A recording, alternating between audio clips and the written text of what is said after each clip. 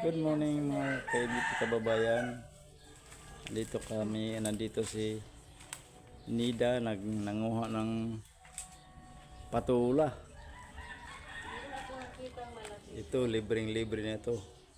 Kaysa magbili ka pa sa palengke, gagastos ka pa ng pila. Ito sarili ng tanim. Ayun o, nasa taas o. Ayun. Ayun. Kuha pa ko ng panungkit yan.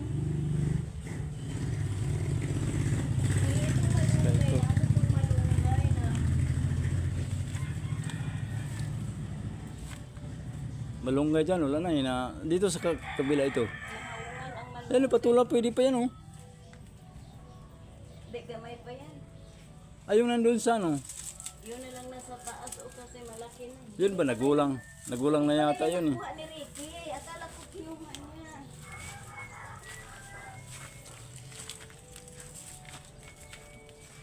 Ay, nasira pala.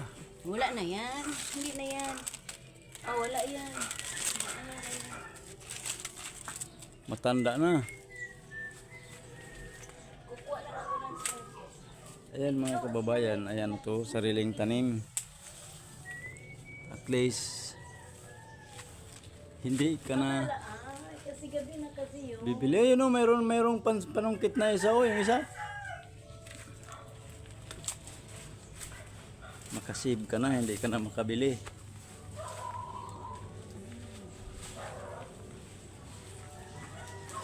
Yun. Yun. Ay, nasira. Ano ba yun? Ba't sinira mo? Ayun. Sinungkit na yung bunga. Ubawag naman. Para gulayon. Yun oh. Yung isang...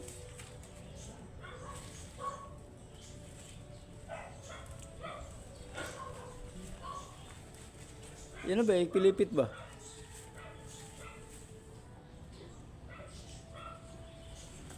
Ayun, sinungkit niya. Bunga ng patula.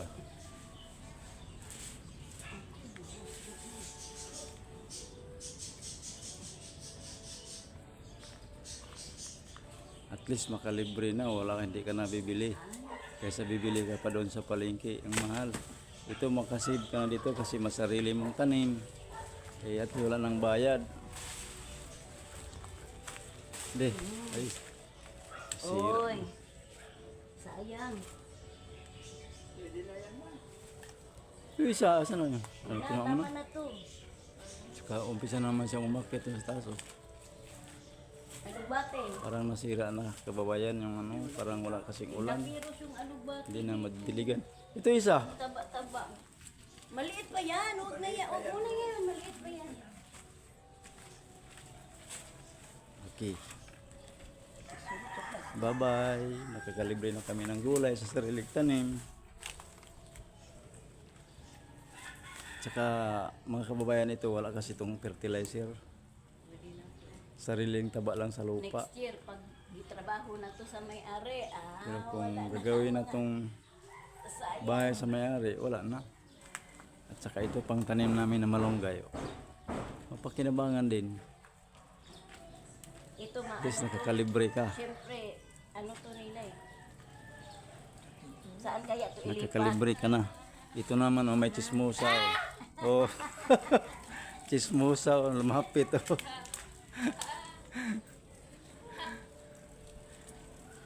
Lumapit yung chismoso. Oh, chismosa, oh.